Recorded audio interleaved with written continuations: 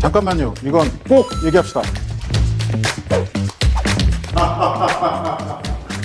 윤주영 라이브 지금 시작합니다. 네, 회 기사님 이제 다음은 네. 예산 누수의 단골 손님으로 좀 꼽힌다고 제가 생각되는 민간 위탁 사업에 대해서 좀 여쭤보려고 합니다. 네네. 그 시에서 이제 직접 하지 않고 그 민간에 넘기는 사무가 좀 있는 것 같은데요.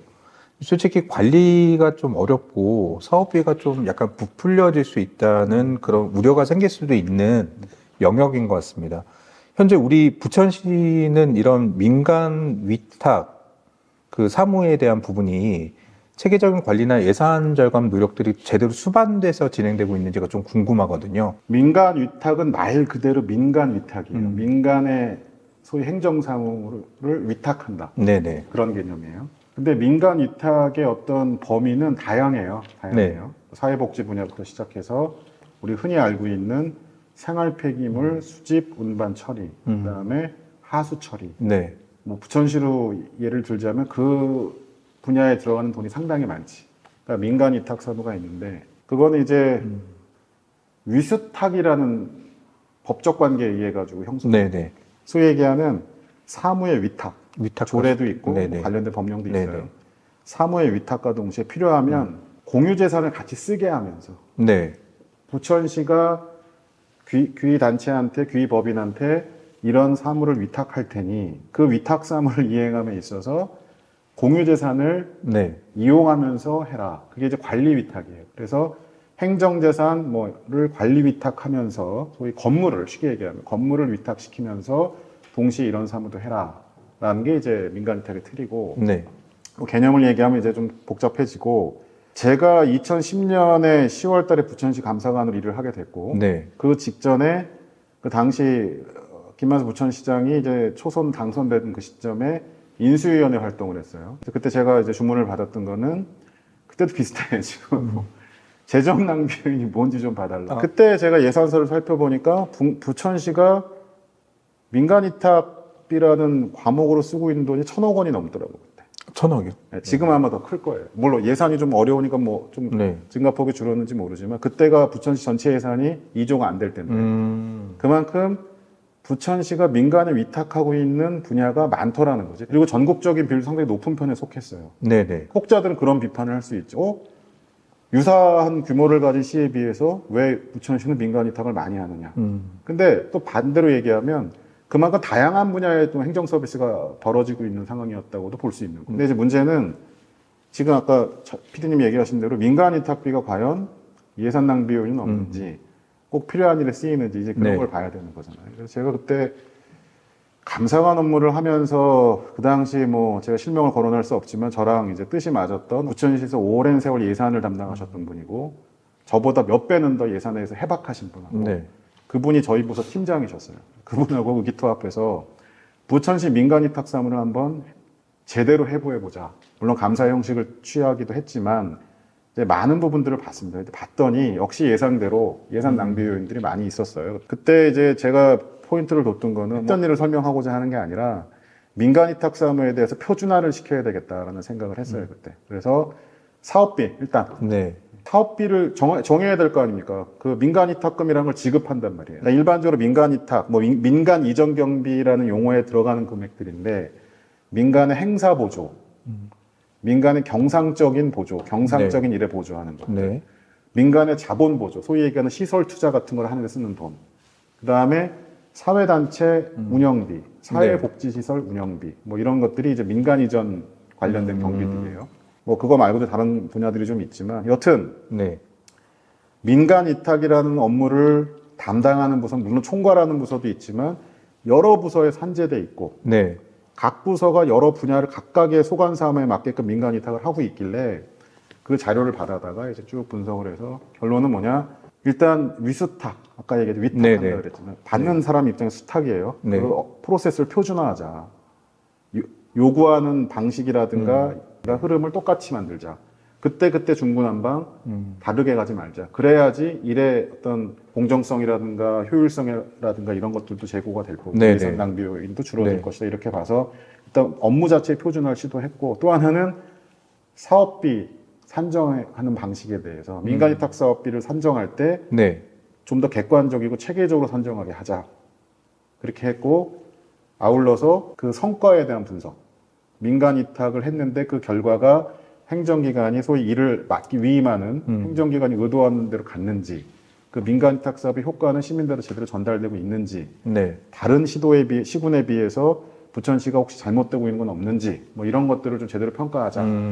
이런 거를 시도했죠. 하여튼 프로세스 개선을 했고, 또 민간 위탁 부분에 대한 뭐 그 감사를 받는 분들은 싫어했지만, 네. 감사도 좀 원활하게 했고 방대하게 하고 해서 지금까지도 부천시는 민간 위탁 사무에 대한 점검이나 이런 것들은 잘 이제 유지되고 있는 걸로 알고 있어요. 이제 그게 이제 이론적인 얘기들이고, 그때 하나 예화를 들자면 그때 하수 처리, 네. 예, 그게 이제 소위 시에서 발생하는 오수, 여러 가지 이제 하수가 발생할 거 아닙니까? 네. 이제 그런 것들을 처리해가는 과정에 있어서 부천의 그 왜 남부 수자원 생태공원 들어보셨어요? 아, 예, 알고 있습니다. 저희 가까운 데 있으니까요. 가까운 데 있죠. 예. 그리고 제가 자란 동네 쪽 네. 쪽에 부천의 경계 쪽에 있는 북부 네. 수자원 생태공원.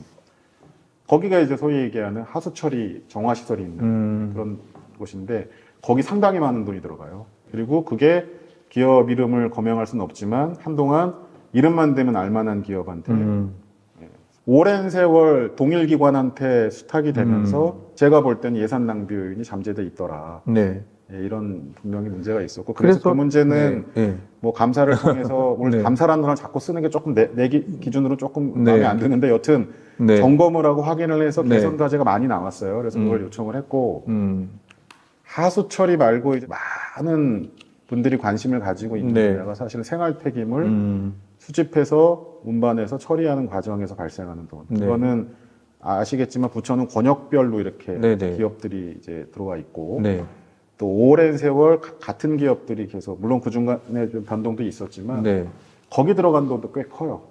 저는 몰랐습니다. 이게 권역별로 이렇게 관리되고 네. 있는지는 전혀 뭐 몰랐어요. 업체명을 거명할 생각은 없고 네네. 여튼 오랜 세월 우리가 피부로 느끼는 도시의 어떤 환경에 관련된 문제들을 그분들이 담당을 해왔고 그 업무를 처리하는 회사들에 또 고용되어 있는 많은 근로자분들이 계시고 네. 그렇죠. 청소 노동자들이 계시고 네. 여러 가지 환경미원들이 계시고 여러 가지 네. 일단 도시의 환경, 우리 눈에 보이는 환경.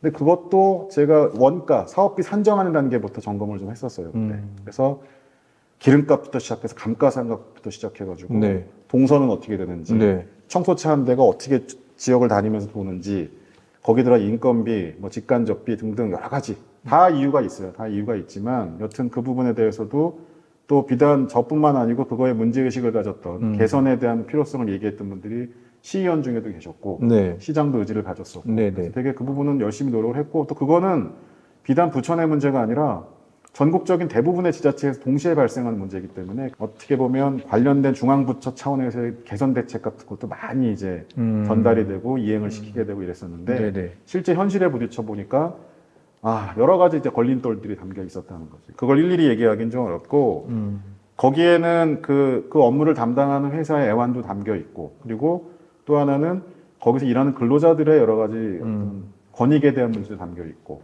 또 돈을 지출해야 되는 행정기관의 입장에서 애완 뭐 어려움도 있고 여러 가지가 복합적으로 있는 상태에서 근원적인 개혁이나 어떤 변화를 주기에 좀 어려움이 있었던 것 네네. 같아요. 근데 하여튼 그 과정을 거치면서 일정 부분 투명해진 것도 맞고 좋아졌는데 제가 이 얘기를 구체적으로 하는 거는 우리가 얘기하는 기본 베이스가 뭡니까? 부천시 재정 문제잖아요. 네. 그러면 역시 아까 얘기했던 하수 처리 문제든 이 생활 쓰레기 관련된 환경에 관련된 행정 기능이든 뭐든 네. 여기도 좀 네.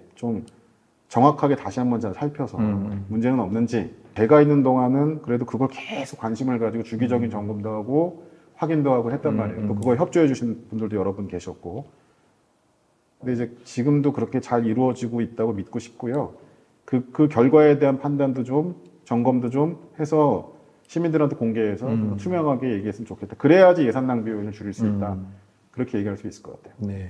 일단 말씀 중에 그 위수탁 그 업무와 관련된 체계를 만드셨다라는 얘기는 되게 인상적이었던 것 같고요. 또 그런 체계들이 지금도 잘 운영됐으면 좋겠다는 생각이 듭니다. 네, 그때 민간 위탁 사무에 대해서는 개인적으로 공부 네. 많이 했어요. 많이 했고, 그 얘기 빼먹었네. 여튼 요즘 그래서 그 민간 위탁 사무 그때 할 때 제가 무슨 문제의식을 가졌냐면, 위탁사무를 하고 요거에 대한 위탁사무 사업비에 대한 적절한 사용이라든가 네. 이런 부분들에 대해서 민간에 의한 검증 절차가 있어야 되겠. 제가 공인회계사지만 네. 회계법인이나 왜 기업들 회계감사 받고 네네네. 이러는 것처럼 큰 금액, 작은 금액이 어떠하든지 간에 사업비를 소위 받아가서 네. 민간 위탁 업무를 하는 기업들의 실적이라든가 재무정보나 이런 것들을 감사라는 과정을 통해 가지고 좀 점검을 해야 된다 이런 내용들을 많이 얘기했어요. 네. 부천시 자체적으로 그걸 시행하려고도 했었는데 그게 지금은 사실은 이 공인회계사 업계에 상당히 이제 일로 바뀌었어요. 많은 지자체에서 네. 실제 민간 위탁 사무에 대한 회계감사 제도가 도입이 돼가지고 또 민간 위탁 사무의 투명성 강화 측면에서는 개선이 됐죠. 그래서 그런 맥락에서는 뭐 제가 절대 제 자랑이 아니고 그 문제 제기를 아마 제일 빨리 한 편에 속할 거예요. 그래서 그때 연구됐던 정보들도 네. 그 당시 행정기관에 있을 때 좀 전파가 돼서 뭐 제도 설계에도 일부 반영된 걸로 알고 있고 뭐 그렇습니다. 그 민간 위탁금 관련된 얘기를 마무리하기 전에 이것도 약간 민감한 질문일 수 있긴 민감한 거 많이 한데 하세요. 괜찮아. 특정업체 장기 독점 관련된 부분과 예. 사실은 퇴직 공무원들 있잖아요. 네, 네, 해당 부서에 퇴직 공무원들의 정관예우 재취업 같은 논란이 생길 수도 있는 영역인 것 같은데 부천시에 혹시 그런 사례가 있었습니까? 논란이 된 경우가 있었죠. 왜 없었겠습니까? 이제 그런 것 때문에 뭐 우리 들어보셨겠지만 퇴직공직자 취업 제한 문제 여러 가지들이 이제 그런 어떤 허들을 만들어 놓긴 해요. 취업 심사 같은 것도 보잖아요. 그런 걸 하는데 이거는 뭐 사람이 그렇잖아요. 제도보다 사람들이 더 빨라. 제도는 어떤 문제가 생기면 나중에 그거를 이제 해결하기 위해서 만들어지는 거고 뭐 그런 틀을 벗어나는 방식의 어떤 것들이 꼭 부천만은 아니더라도 뭐 생길 수 있는 거죠. 그런 것들이 부천도 사례가 있었어요.